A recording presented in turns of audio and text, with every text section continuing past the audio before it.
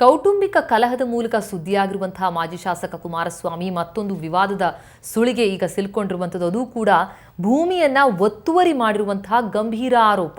ಅಧಿಕಾರ ದುರುಪಯೋಗ ಮಾಡಿಕೊಂಡ ಲೋಕೇಶ್ ಅವರಿಗೆ ಸೇರಿದಂತಹ ಭೂಮಿಯನ್ನ ಸಾಗುವಳಿ ಮಾಡ್ತಿದ್ದಾರೆ ಎಂಬ ಆರೋಪ ಕೇಳಿ ಬಂದಿರುವಂಥದ್ದು. ಒತ್ತುವರಿಯಾಗಿರುವ ಜಾಗದಲ್ಲಿ ಲೋಕೇಶ್ ಅವರು ಗ್ರಾಮಸ್ಥರು ಸಿಪಿಐ ಪಕ್ಷದ ಕಾರ್ಯಕರ್ತರ ಸಹಾಯದೊಂದಿಗೆ ನ್ಯಾಯಕ್ಕಾಗಿ ಕಳೆದೊಂದು ತಿಂಗಳಿನಿಂದ ಅಹೋರಾತ್ರಿ ಪ್ರತಿಭಟನೆ ನಡೆಸ್ತಾ ಇದ್ದಾರೆ. ಮೂಡಿಗೆರೆ ತಾಲೂಕಿನ ಕುವೆ ಗ್ರಾಮದ ಕಲ್ಮನಿಯಲ್ಲಿ ಇದೇ ಗ್ರಾಮದ ಲೋಕೇಶ್ ಅವರಿಗೆ ಸೇರಿದ ಸರ್ವೆ ನಂಬರ್ 49ರಲ್ಲಿ ಇದ್ದಂತಹ 3 ಎಕರೆ ಜಾಗವನ್ನು ಮಾಜಿ ಶಾಸಕ ಕುಮಾರಸ್ವಾಮಿ ಒತ್ತುವರಿ ಮಾಡಿ ಕಾಫಿ ತೋಟವನ್ನಾಗಿ ಪರಿವರ್ತನೆ ಮಾಡಿದ್ದಾರೆ ಎನ್ನುವ ಆರೋಪ ಅವರ ವಿರುದ್ಧ ಕೇಳಿ ಬರ್ತಾ ಇರುವಂಥದ್ದು. ಲೋಕೇಶ್ ರವರ ತೋಟದ ಪಕ್ಕದಲ್ಲೇ ಮಾಜಿ ಶಾಸಕ ಕುಮಾರಸ್ವಾಮಿ 7 ಎಕರೆ ತೋಟ ಇದ್ದು ಅದರ ಪಕ್ಕದಲ್ಲೇ ಇದ್ದಂತಹ ಲೋಕೇಶ್ ಅವರಿಗೆ ಸೇರಿದ 3 ಎಕರೆ ಜಾಗವನ್ನು ಶಾಸಕರಾಗಿದ್ದಂತಹ ಅವಧಿಯಲ್ಲಿ ಅಧಿಕಾರ ದುರುಪಯೋಗ ಮಾಡಿಕೊಂಡು ಒತ್ತುವರಿ ಮಾಡಿ ಸಾಗುವಳಿ ಮಾಡಿದ್ದಾರೆ ಎನ್ನುವಂತಹ ಆರೋಪ ಈಗ ಅವರ ವಿರುದ್ಧ ಕೇಳಿ ಬರ್ತಾ ಇರುವಂಥದ್ದು. ಒಂದು ಕಡೆ ಪತ್ನಿ ಜಗಳ, ಇನ್ನೊಂದು ಕಡೆ ಈ ರೀತಿಯಲ್ಲಿ ಚಿಕ್ಕಮಗಳೂರಿನಲ್ಲಿ ಅವರು ಭೂಮಿ ಕಬಳಿಸಿರುವಂತಹ ಪ್ರಕರಣ ದಾಖಲಾಗ್ತಾ ಇರುವಂಥದ್ದು.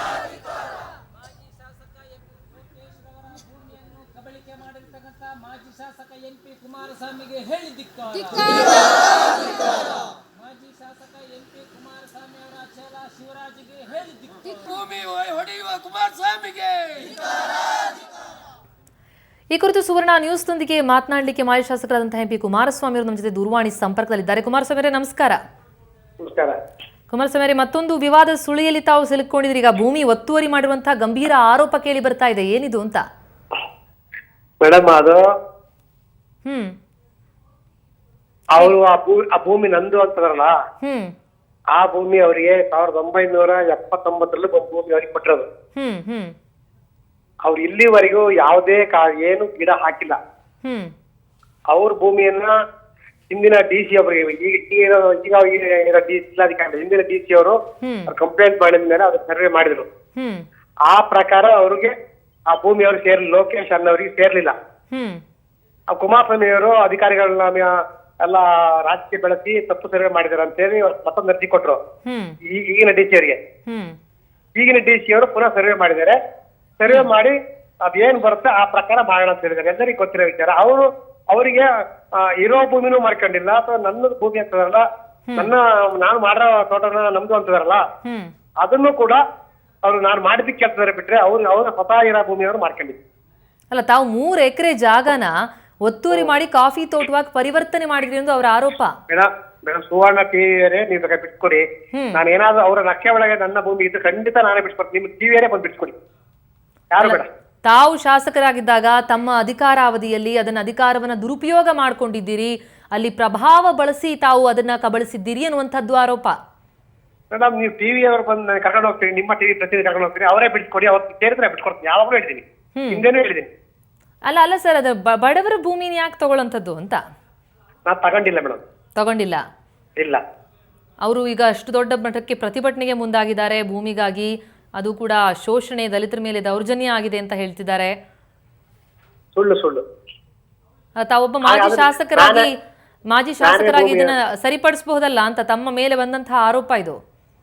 ಇಲ್ಲ, ನಾನು ಸರಿಪಡಿಸ್ತೀನಿ. ನಾನು ಅವ್ರದಾದ್ರೆ ನಾನು ಖಂಡಿತ ಬಿಟ್ಕೊಡ್ತೀನಿ. ಅವ್ರದ್ದಾಗಲ್ಲ ಅಂದ್ರೆ ನಾನು ಬಿಟ್ಕೊಡಲ್ಲ. ಏನ್ ಮಾಡಿಲ್ಲ ಅಂತಂದ್ರೆ?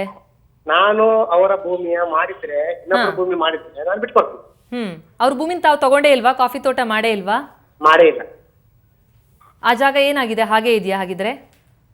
ಅವ್ರ ಜಾಗನ ಸರ್ಕಾರದವರೇ ಇವ್ರು 36 ವರ್ಷ ಕಾದು ಇವ್ರು ಏನು ಮಾಡದಲ್ಲೇ ಸಮುದಾಯ ಭವನ, ಅಂಗನವಾಡಿ, ಆಟದ ಮೈದಾನ ಮತ್ತೆ 4 ಜನರಿಗೆ 5 ಜನರಿಗೆ ಆಶ್ರಯ ಮನೆಗೆ ಹಕ್ಕುಪತ್ರ ಕೊಟ್ಟಿದ್ದಾರೆ. ಮತ್ತೆ ಪುನಃ ಗವರ್ಮೆಂಟ್ 36 ವರ್ಷ ಆಗಿದೆ. ಅವ್ರೇನು ಮಾಡೇ ಇಲ್ಲ, ಅದನ್ನ ಏನು ಮಾಡಿಲ್ಲ. ಅಂದ್ರೆ ಈಗ ತಮ್ಮ ಬಳಿ ಇಲ್ಲ, ಸರ್ಕಾರದ ಬಳಿ ಇದೆ ಅಂತೀರಿ ಹಾಗಿದ್ರೆ ಆ ಜಾಗ?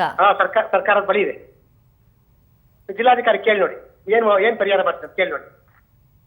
ಅಲ್ಲ, ಅಷ್ಟು ದೊಡ್ಡ ಮಟ್ಟದಲ್ಲಿ ಸಾಮಾನ್ಯರೆಲ್ಲ ಸೇರ್ಕೊಂಡು ಪ್ರತಿಭಟನೆಗೆ ಮುಂದಾಗ್ತಾರೆ ಒಬ್ಬ ಮಾಜಿ ಶಾಸಕರ ವಿರುದ್ಧ ಅಂತಂದ್ರೆ, ಹಂಗಾದ್ರೆ ಏನು ಹುರುಳೇ ಇಲ್ವಾ ಅದ್ರಲ್ಲಿ? ಏನು ಹುರುಳಿಲ್ಲ, ಸುಳ್ಳು ಮೇಡಮ್, ನಿಜವಾದೇ.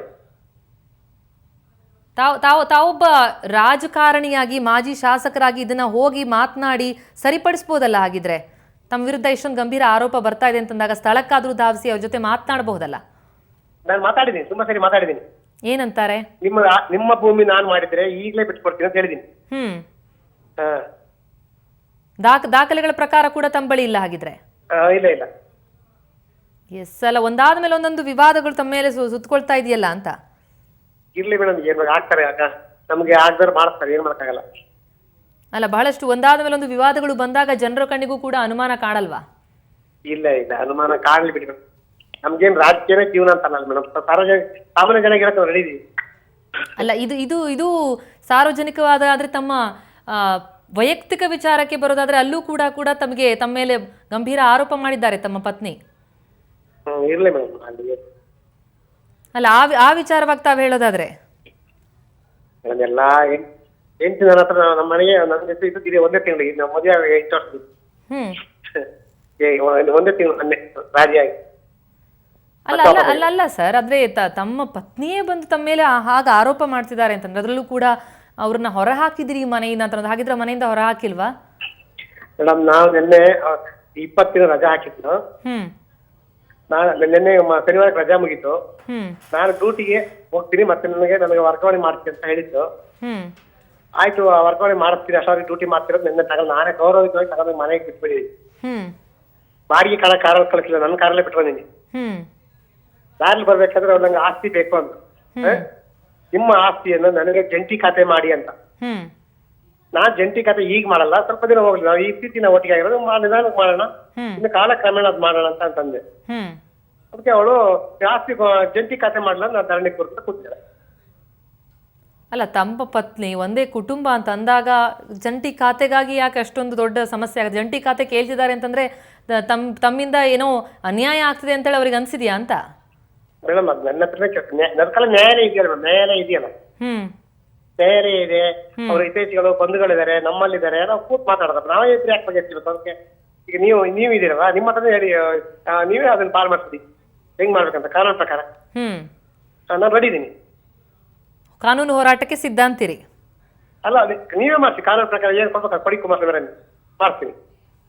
ಅಲ್ಲ, ನಾವಿಲ್ಲಿ ನ್ಯಾಯ ಕೊಡ್ಸೋಕಲ್ಲ ಸರ್, ಇರೋಂಥ ಸುದ್ದಿಯನ್ನ ತಮ್ಮಿಂದ ಸ್ಪಷ್ಟನೆಯನ್ನ ಕೇಳ್ತಾ ಇರುವಂತದ್ದು. ನ್ಯಾಯಾಲಯಕ್ಕೆ ಹೋಗ್ತೀರ ಅಂದ್ರೆ ತಮ್ಮ ನಡೆ ಏನು ಅಂತ ಕೇಳ್ತಾ ಇದೀವಿ. ನಾವಿಲ್ಲಿ ಪಂಚಾಯತ್ಗೆ ಮಾಡ್ಲಿಕ್ಕೆ ಆಗೋದಿಲ್ವಲ್ಲ. ಈಗ ಮಾಡ್ತಿದ್ದೀರಲ್ಲ ಮೇಡಮ್, ಮಾಡ್ತಾ ಇದೀರಲ್ಲ, ತಪ್ಪು ಮಾಡಿದೆ ಅಂತ ನಾನು ಇಲ್ಲ ಆಗ್ತಿದ್ದೀನಿ. ಅದನ್ನ ಕೂತು ಯಾರು ಬಗೆಹರಿಸಿರೋ ಒಪ್ಕೊತೀನಿ, ನೀವಲ್ಲ ಇನ್ಯಾರು ಬಗೆಹರಿಸಿರೋ ಒಪ್ಕೊತೀನಿ. ಅಲ್ಲ, ನಿಮ್ಮ ಕುಟುಂಬದ ವಿಚಾರ ನೀವು ಬಗೆಹರಿಸ್ಕೋಬೇಕಿತ್ತು, ಬೀದಿಗೆ ಬಿದ್ದಿರೋದಕ್ಕೆ ಸುದ್ದಿ ಆಗಿದೆ ಅಷ್ಟೇ. ಥ್ಯಾಂಕ್ ಯು ಕುಮಾರಸ್ವಾಮಿ ಅವರೇ, ಸುವರ್ಣ ನ್ಯೂಸ್ನೊಂದಿಗೆ ಮಾತನಾಡಿದ್ದಕ್ಕೆ.